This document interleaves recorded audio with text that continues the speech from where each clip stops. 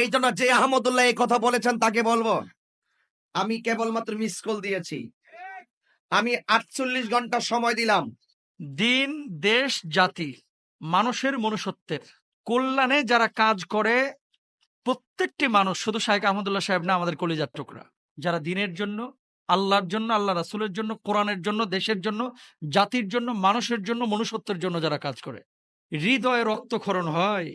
আমি নাম দিয়ে তাদেরকে আরো পরিচিত করতে চাই না। কিছু ভাই আছে, কিছু ভাই মানে ওয়াজের মঞ্চে উঠে আরেকজনের গীবত পরনিন্দা করার জন্য, সমালোচনা করার জন্য। এই কমিটিদেরও দোষ আছে। আপনি যে 50,000 টাকা দিয়ে নিয়ে গেছেন কি গীবত করার জন্য, গীবত শোনার জন্য? কোরআন হাদিসের কি আয়াত নাই, আলোচনা নাই, তাফসির নাই? যখন শায়েখ আহমদুল্লাহ সাহেবকে নিয়ে কথা বলতেছেন, ব্যক্তি শায়েখ আহমদুল্লাহকে নিয়ে আমার কোনো সে নাই, বক্তব্য নাই, কিন্তু তিনি যে কাজগুলো করেছেন, এই কাজগুলো সারা বাংলাদেশ কেন, আমরা এত দেশ সফর করেছি, আলহামদুলিল্লাহ কোনো জায়গায় ওনার ব্যাপারে এরকম সমালোচনা শুনিনি। একজন এই, আমি একটু শক্ত করেই বলি, কিছু স্টুপিড মার্কা স্কলার যারা নিজেদেরকে দাবি করে, এদের পড়াশোনা কি আল্লাহ জানে ভালো আর তারা জানে ভালো, স্টেজে উঠে শায়েখ আহমদুল্লাহ সাহেব এই কি বলে বৃষ্টি প্রার্থনার জন্য সলাতুল ইস্তেসকা নামাজ আদায় কি নতুন করছে উনি? এর আগেও তো 4-5 বার করেছে। আবহাওয়া অফিস থেকে খবর নিয়ে আসছে, যেদিন বৃষ্টি হবে সেদিন ইস্তেসকার নামাজ পড়েছে। একজন আহলে সুন্নাহ ওয়াল জামাতের এক ভাই বলতেছে, আপনারা তাকে ডিজে গায়কও অনেকে বলে থাকেন, অনেকে অনেকভাবে তাকে মেনশন করে থাকেন, আমি তার নামটা নিতে যাচ্ছি না, লজ্জা লাগে। উনার ফাউন্ডেশন নিয়ে কথা বলেছে, অথচ শায়েখ আহমদুল্লাহ সাহেবের ফাউন্ডেশন, আসুন্না ফাউন্ডেশন নিয়ে যারা কথা বলেন, সিলেটের বন্যায় কারা সবচেয়ে বেশি কাজ করেছিল? কারা? এদেরকে খুঁজে পেয়েছিলেন? এরা যদি 5 টাকা খরচ করেছে, শায়েখ আহমদুল্লাহ সাহেব আপনাদের টাকা নিয়ে অন্তত 5 লক্ষ খরচ করেছে। ব্যক্তিগতভাবে আসুন্না ফাউন্ডেশনের যে সমস্ত কাজগুলো, স্কিল ডেভেলপমেন্টের জন্য যে কাজগুলো, মানুষের মধ্যে যাতে করে যোগ্যতা তৈরি হয়, কর্মমুখী শিক্ষা তৈরি হয়, উনার উদ্যোগ আছে। গাছ লাগানোতে উনার উদ্যোগ আছে। কোথায় বন্যা হচ্ছে উনার উদ্যোগ আছে। কুড়িগ্রামের মতো জায়গায় আশ্রয়ণ প্রকল্প করতেছে, উনার উদ্যোগ আছে। আরে বাংলাদেশে আমাদের মতো টুটা ফাটা মুন্সি হুজুর, এটা তো বাংলাদেশে কম আসে নাই। আলহামদুলিল্লাহ, লাখ লাখ হুজুর এসেছে। কয়জন আমরা সাহস করেছি উনার মতো এই কাজগুলো করতে? আর এখানে ফটর ফটর করতেছেন সাতকানিয়া গিয়া, চিটাং গিয়া, ওই বাঁশখালী গিয়া। কত কথা শাইখ আহমদুল্লাহর ব্যাপারে, নিজে কি করেছি সেই পর্যন্ত, কি করেছো তুমি এই পর্যন্ত? সমালোচনা করতেছি না ভাই, আপনাদের বিবেকের কাছে, আপনাদের বিবেকের আদালতে আমরা বিষয়গুলো ছেড়ে দিলাম। একজন শায়েখ আহমদুল্লাহকে দমানো খুব ইজি, হয়তোবা মামলা দিতে পারবেন, হামলা করতে পারবেন, জেলে ঢুকিয়ে দিতে পারবেন, কিন্তু তার জায়গায় আরেকটা মানুষকে কি দিতে পারবেন?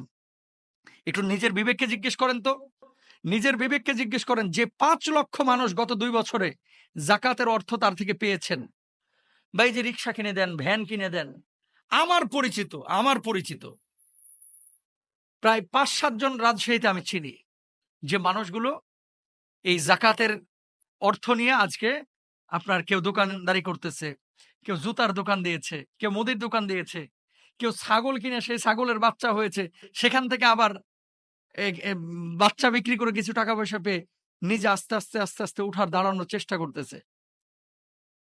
আমি জিজ্ঞেস করেছিলাম আসুন্না ফাউন্ডেশন থেকে, শায়েখ আপনি কোনো পারিশ্রমিক নেন কিনা? শায়েখ জবাব দিয়েছিলেন, আচ্ছা নিজ সন্তানের জন্য বাপ মা কেমন মেহনত করে, আপনি আপনার সন্তানের জন্য কেমন মেহনত করেন? হুজুর অনেক মেহনত, সন্তানের জন্য নিজে একটু ভালো খাই না, সন্তানের জন্য আমি দেরিতে ঘুমাই, সন্তানের ভালোর জন্যই তো আমি হাড় ভাঙা পরিশ্রম করছি। কোন বাবা কি সন্তানের পেছনে মেহনত করার পরে সন্তানের কাছে টাকা চায় যে ভাই বাবা, ও সন্তান তুমি আমার পারিশ্রমিক দাও, সারাদিন তোমার জন্য আমি খাটাখাটনি করেছি? কোন বাবা তো তার সন্তানের কাছে পারিশ্রমিক চায় না। আমাদের শায়েখ আহমদুল্লাহ সাহেব আসুন্না ফাউন্ডেশন থেকে কোনো পারিশ্রমিক নেন না।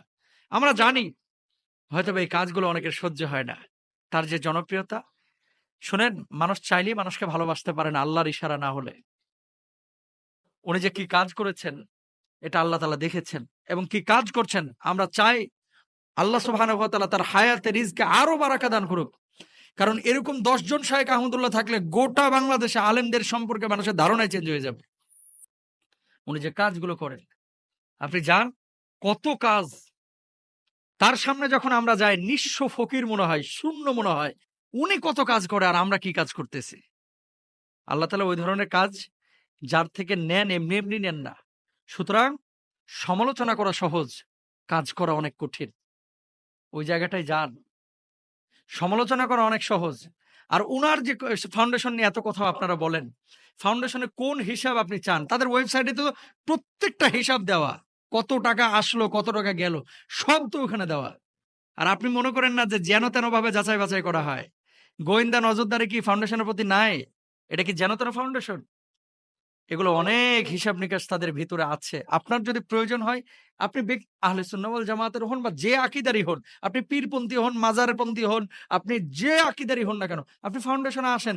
আইসা বলেন যে হিসাব দেন, আপনার হিসাব দেখাবে। ওপেন করা আছে। শুধু আপনাকে গোপনে দেখাবে না ভাই, ওপেন দেখাবে। আমরা চাইলেও আমাদেরকে দেখায়। একজন শ্রোতা চাইলেও তাদেরকে দেখানো হয়। ফাউন্ডেশনের হিসাব নিকাশ।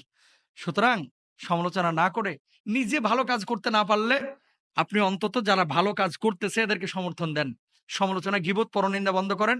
আর এই যে আগামী বছরের জন্য মাহফিল কমিটিকে বলবো, এই ধরনের আউল বাউল ফাউল যারা কোনো কথা নাই উঠেই এ হুমকি দামকি আরেকজনের গীবত পরনিন্দা এগুলোরে বয়কট করেন ভাই। এখন বয়কটের সময়। আউল বাউল ফাউল এই কথা শোনার জন্য এত টাকা পয়সা পয়সা খরচ করে এগুলোরে নিয়ে আসার কোনো দরকার নাই। এরপরেও যদি আপনার ভালো লাগে আপনি থাকেন না আপনার গন্ডি নিয়া। আরেকজনের দিকে তীর ছুড়তেছেন কেন? এটা উচিত না। আল্লাহ তাআলা আমাদেরকে বোঝার তৌফিক দান করুন।